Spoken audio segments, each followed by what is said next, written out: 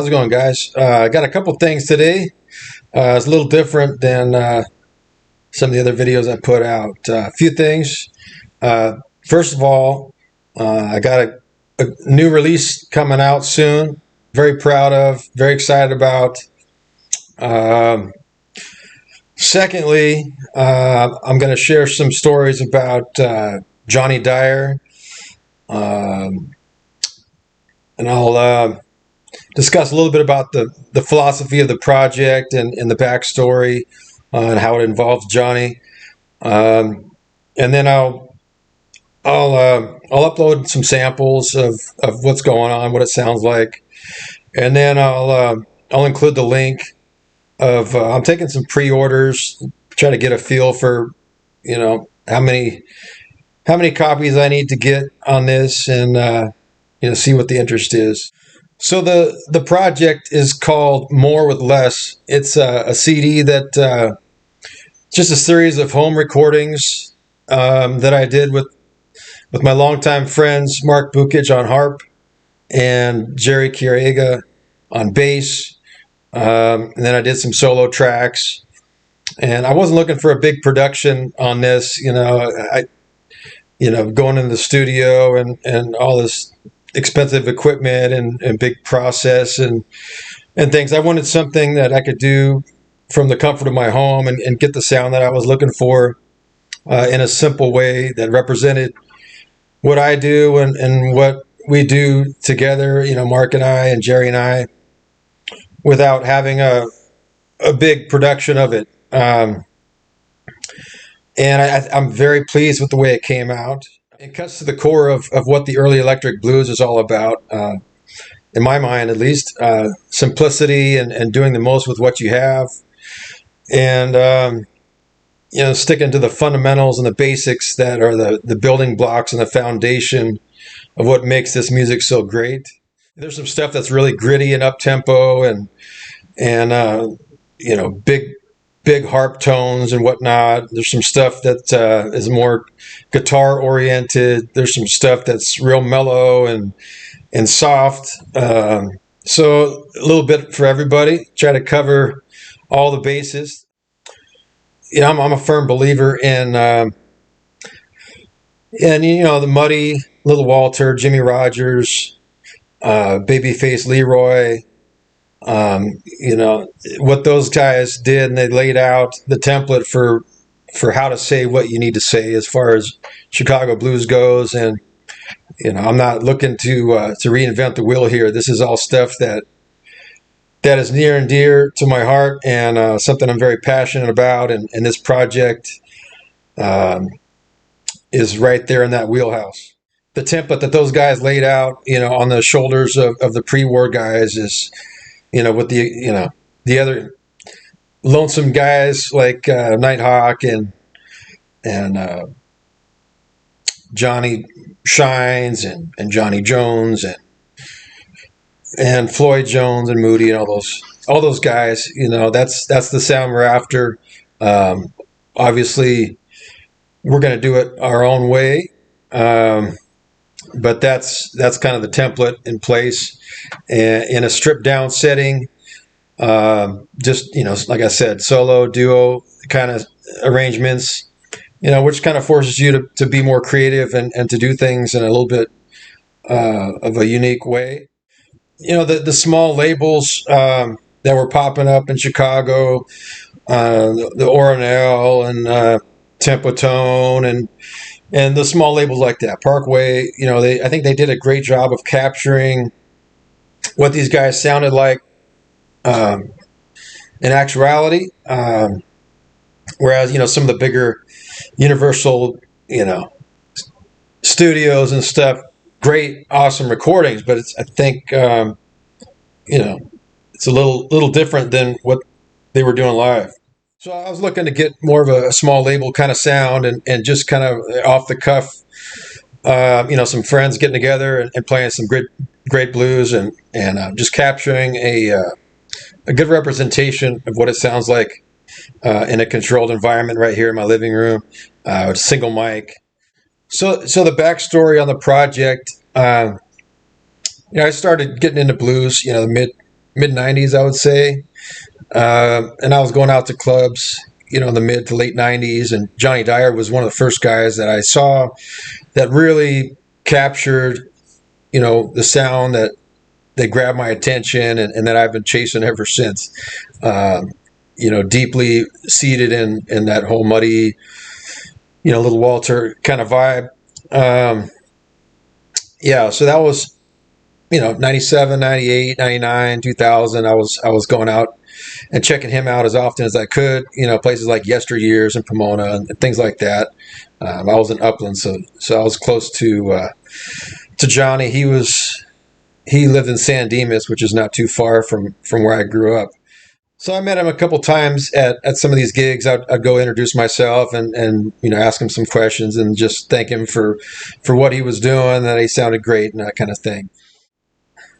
Fast forward a few years, about 2002, I was living in San Diego, and I was playing with Brad Caro, the Blues Pharaohs, and he knew Johnny already for quite some time, and that's also how I met Mark Bukic around the same time. And Mark had played with Johnny back in the LA Jukes era, the late '70s, and he was going to Johnny's house, I guess near LAX, and they had big house parties with Big George Smith and all these guys, would gather and play, house parties there at Johnny's place near the airport. Maybe I can get Book to tell his version of the story, since he was there and I was not. I've just heard it, secondhand, and I may be botching it, but that's kind of the Cliff Notes version, the way I understand it. Yeah, so in 2002, I was playing with Brad and Mark, and they introduced me to Johnny Dyer. We did a couple gigs together, and more, I did more gigs with Johnny as I moved back home in Upland, and he, like I said, he was in San Dimas, very close. So he was hiring me on some gigs, and we became good friends. He'd invite me to the family gatherings, and we went fishing a time or two. He'd take me over to Benelli Lake and do some fishing, and he'd just call me over to just listen to some music. And he was recording with different guys, and he'd come over and want to share it with me. It was just amazing. I mean, just an amazing experience. He was just the sweetest man, and deeply passionate about blues, and just loved all this same stuff that I'm trying to get a handle on, 20 years later. Johnny was near the end of his career, the time I got to spend with him. But still, especially in the early '90s and early 2000s, he was still playing incredibly well. Johnny didn't have real good eyesight, especially at night. I guess, he didn't like to drive at night on the freeways and whatnot. So he had a driver, Big Art Villegas, would drive him to the gigs. But if I was on the gig, I would be the driver. I'd pick Johnny up and got to spend a lot of great quality time with him. I'd put in music in the car, and we'd listen to Walter and Muddy and Sonny Boy and all the main guys, and all the 40s and early 50s stuff. And Johnny would point out different things to me, and different things for me to pay attention to, and we'd go to see other people play, and he'd point out different things as well. Just an invaluable lesson for me, from somebody who really knew. If you don't know who Johnny Dyer is, he grew up in Mississippi on the Stovall plantation, the same plantation where Muddy Waters grew up some years earlier. So he was the real deal. He knew this music inside and out, And so I got to spend quite a bit of time with Johnny, and he really kind of took me under his wing and pointed some stuff out to me and got me pointing in the right direction. So it was after a gig that Mark Bukic and I were on with Johnny in 2004.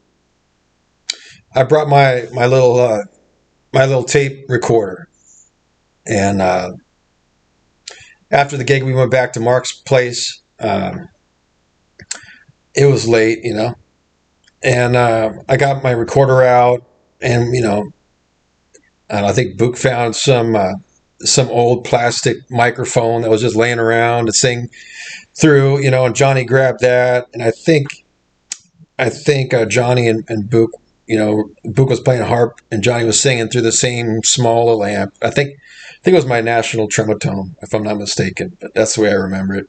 But they were playing through the same amp, and then I had another small amp that I was playing guitar through, and it was just in the garage, and it was just relaxed, and we were having fun, after a gig, and it was late, and we were just enjoying playing some more music together. And we recorded this one song, and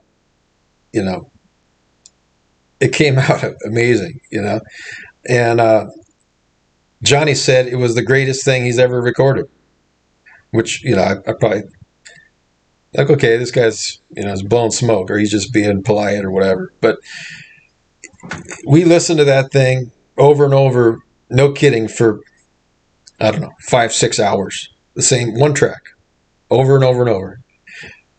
Johnny would say, "Oh, one more time, one more time, one more time, one more time. Let me hear it one more time." And that went on for hours. And even as old as Johnny was, I passed out on the couch at some point, and Mark, Bookage, and Johnny were up still listening to this thing over and over and over and over. It went on all night. So, so in addition to this project that we're putting together, I have this song that we recorded in 2004 as a bonus track on the album, which is super cool. I EQ'd it and got it to the same levels as the other songs on the project, so it fits in nice. So glad to have that on there. And I also have a couple of sound bits of Johnny saying some cool stuff, just real short things that I'm kind of sprinkling in between the songs, just to kind of keep the Johnny flavor going throughout the project. I miss him tremendously, and I think he really liked this project. That night that we recorded that little 3-piece in Book's garage, kind of showed me that less is more. To keep it simple, focus on the basics, the foundational stuff. Just build on that, get as good as you can on that stuff. And that's something I think Johnny would have liked to do a lot more of. There's something about a stripped down sound that's completely exposed, nowhere to hide. Everything is just right there, and raw and natural, and like life. It's just there's no gimmicks, there's no funny stuff going on, there's no tweaking of the knobs and big studio production. It's just real music played by guys that are very passionate about it. And that's the essence of the project that we did here, and I'm very proud of it. I can't sing like Johnny Dyer. I never thought I'd be able to front an album like this. I'm not a singer, but I do the best I can. I think it's passable, and I think we've got some real good sounds here. A variety of tones and feels and songs that are still strongly in the wheelhouse of the guys, the post-war guys that came up, through Mississippi and Arkansas and over to West Helena, West Memphis, and St. Louis, and on up to Chicago and Detroit, or wherever their last stop was. These guys were a lot of times playing on the streets and playing at small clubs before they got big, and that's kind of the sound and the feel that I'm after. Man, everybody loves the chess stuff these guys did. That once they became big stars and recorded at Universal and top notch stuff, and that's all awesome, and everybody knows it well. But go back a little bit earlier, and the stuff these guys did on the small labels, and we're doing on the streets that we'll never know about, other than the stuff we hear from Ornell and Parkway and tempo tone. That's very raw, and in my mind, the closest thing we have to what these guys really sounded like at that time. And how cool would it be to have like some home recordings of these guys at that time? Can you imagine, if Walter, Muddy, and Jimmy and Leroy had, a reel-to-reel in their house, and they were recording, in the comfort of their own home, and what that would have sounded like? Be amazing, right? We don't have it, so that's something that's a little different than the norm, but I'm a firm believer in this simple process, and trying to capture the honest, pure sound of what we do, and this project is all about that, and I'm super proud of it, and I hope you guys like it like we do. And here's what I have in mind for the cover. This is one of the slides that I found of 831 Maxwell Radio / Ornell. That's on the cover. Really cool shot. That kind of captures the whole Maxwell Street and early electric blues in Chicago vibe really well. So I thought that was a fitting cover. So here's a few samples, a few clips of a few of the songs. I'll post so you can get an idea of what this sounds like. I remember that little Johnny Young had been your friend.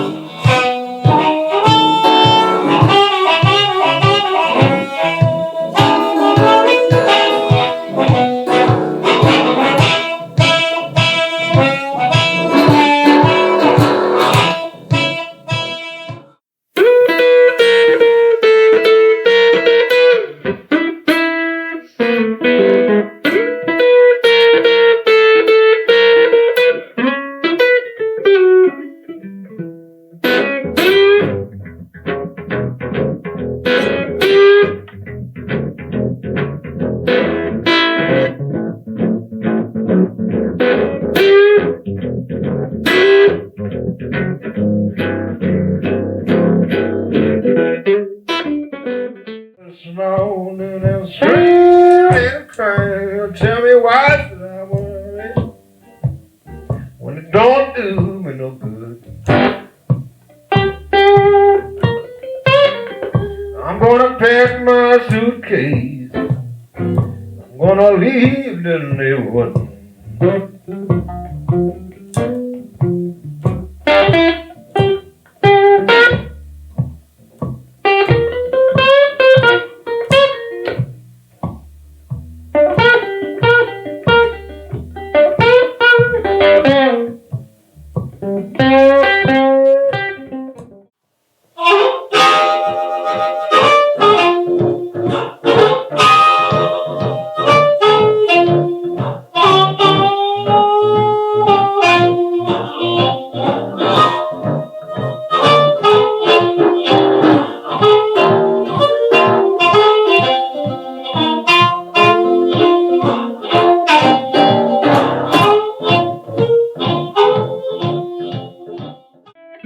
Went down to the butcher man, sure case I had a peep.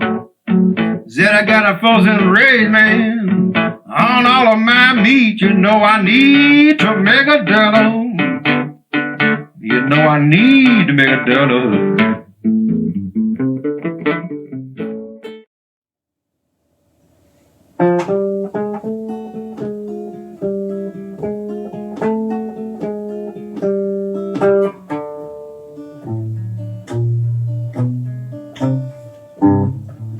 Well, I got rocks in my pillow, darling. Sound like babyface Leroy.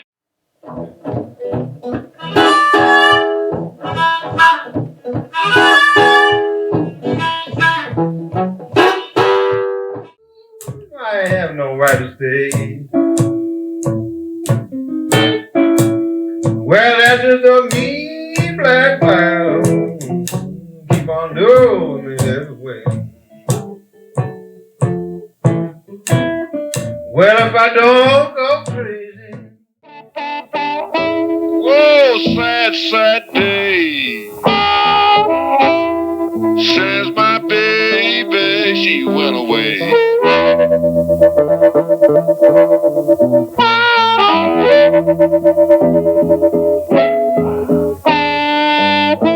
Whoa, sad, sad day. So here's a few photos I have of Johnny and myself, and Johnny with Book and Brad around the time of the 2004 recording, and around the time I met him. And I think actually one of these here is the actual first night that I met Johnny. And man, somebody came up to the bandstand. It was an outdoor gig in North County, San Diego, and somebody asked him to sing "Happy Birthday" to the guest's name was Mel. And I only know blues. I don't know how to play music. I'm not a musician. I'm just a blues guy. And I'm thinking, what in the world am I going to play over "Happy Birthday"? And Johnny, Book, and I still laugh about this all the time and reference it frequently because it is so good. Johnny sang the most impressive, off-the-cuff "Happy Birthday" I've ever heard in my life, and nobody will ever touch the way he did this, no matter how long I live. This "Happy Birthday, Mel." It was just the most incredible thing ever. And it was this first night that I met Johnny that this took place. And a couple of these photos are from that night. And then there's a couple of pictures here of me and Johnny's driveway after a gig. Us talking in his driveway, and in my truck after the gig.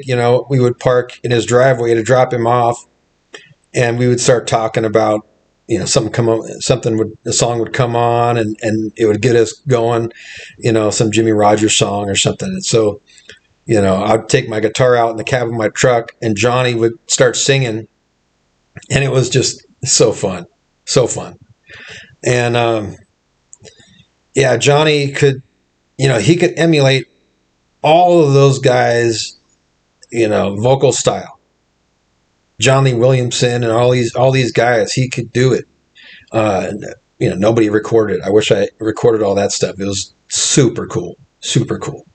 But yeah, he could emulate all those guys, and just to hear him singing a cappella, it's just incredible. And just I'd take out my guitar, and I was still, I've been playing it, 5-6 years or whatever, but I was playing flat pick or like a hybrid kind of pick fingers kind of thing. Now I use my fingers almost exclusively, but occasionally I'll pick up a pick. But I was just doing the best I could, but I'd start playing some Jimmy Rogers stuff, and he would start singing, or some Muddy, and it was just incredible. Just to be able to get to hang out with Johnny like that, and to see him in action up close, and just awesome. Just an awesome experience. So here's some pictures.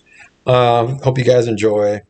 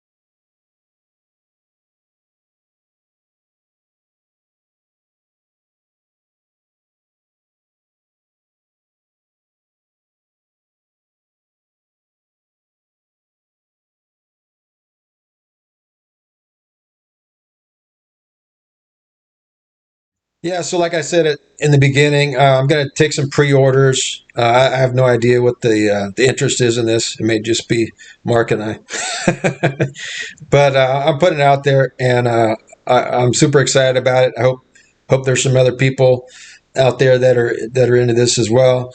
Um, I'm going to post the pre-order link, and that will be on my Devil's Tail site with the description and the song titles and all that will be on there. All right, guys. Hope everybody's well, and all right.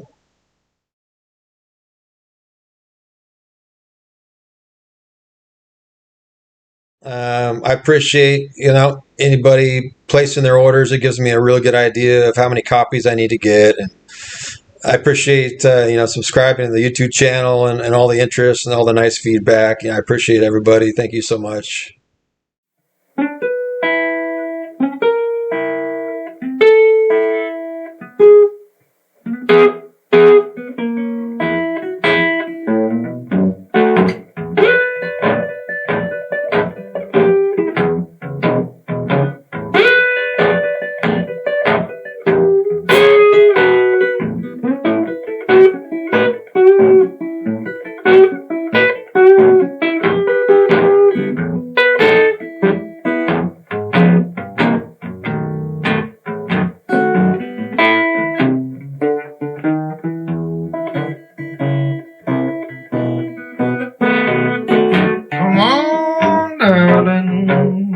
Take a little walk with me.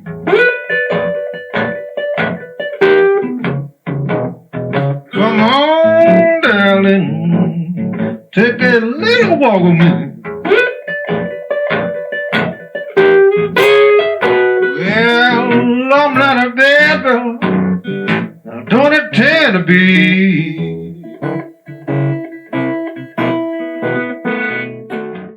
Begging, darling. And you lied to me all night. Well, that says they gotta die because I ain't been treated right.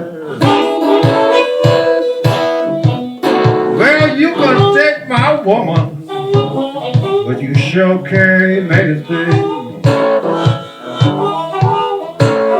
Well, you gonna take my woman, but you sure can't make a stay.